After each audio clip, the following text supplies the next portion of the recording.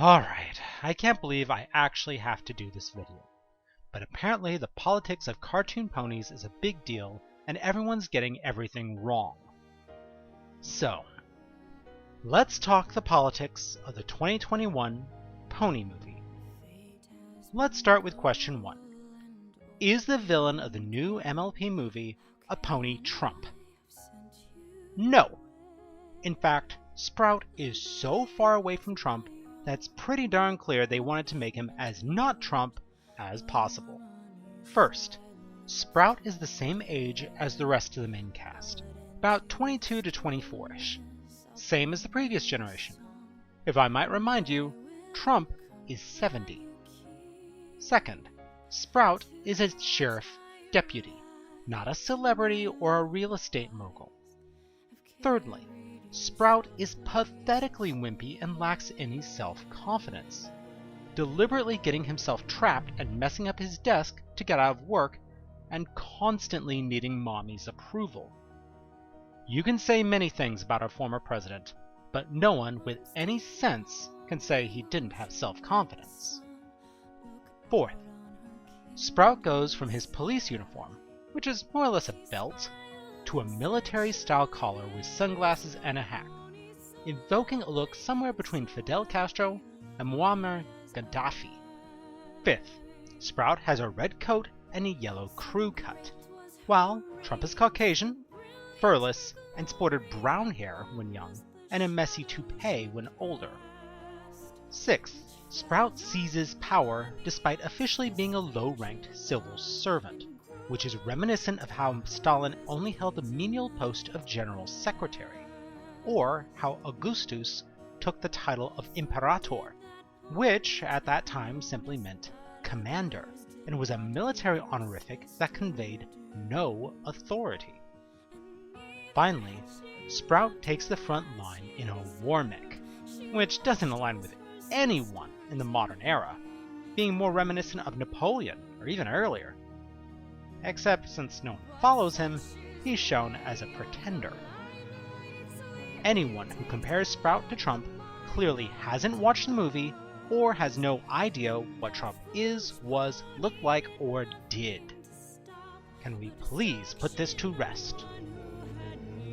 Moving on. There has been a big question about how woke this movie actually is.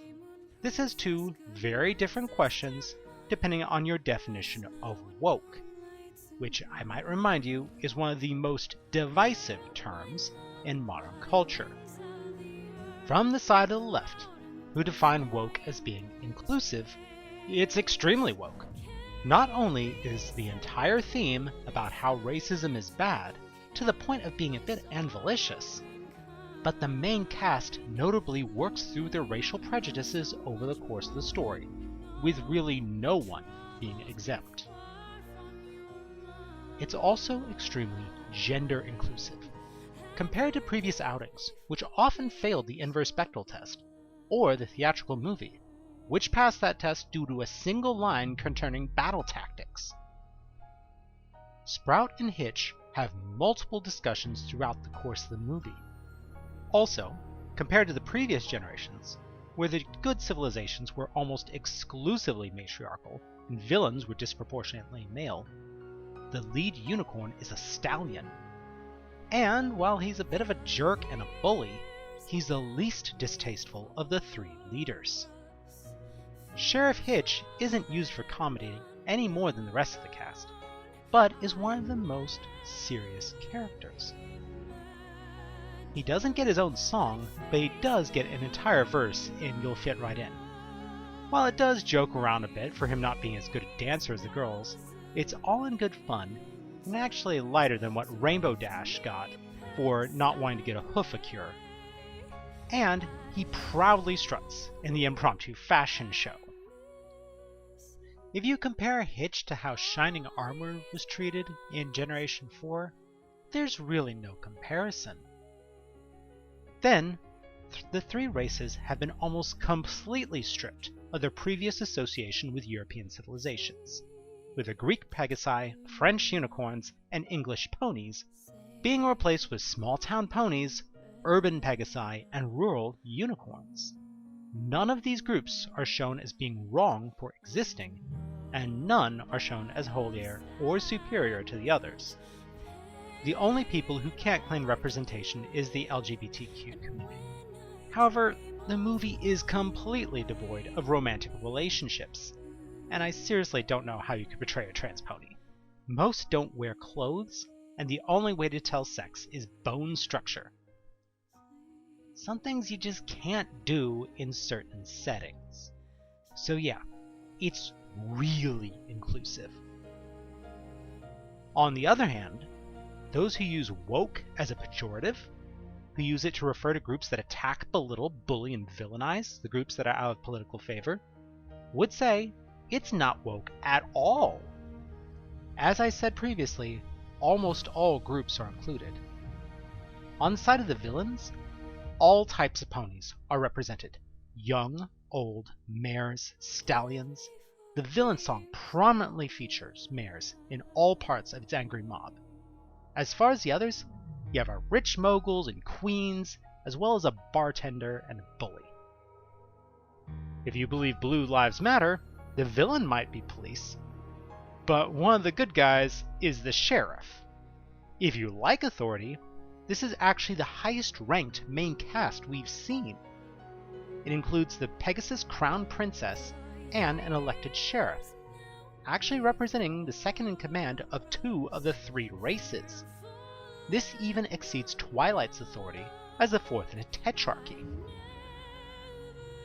The only people whom the movie genuinely looks down on are racists, bullies, liars, warmongers, war profiteers, famous as pop stars, and rock music. Some people might object a bit to the last 2, but I doubt anyone would blink at the rest. On the other hand, even lesser villains are shown to have limits, with both Alphabettal and Haven putting themselves in harm's way in the battle to protect the others, as well as risking their lives to come to Maritime Bay to retrieve their dependents in the first place. Even Phyllis demanded her son stop when it was clear that he was endangering lives in his rampage. The only person without redeeming characteristics is Sprout, a psychopathic man-child. In fact, I would go so far as to say that this was an extremely deliberately crafted movie.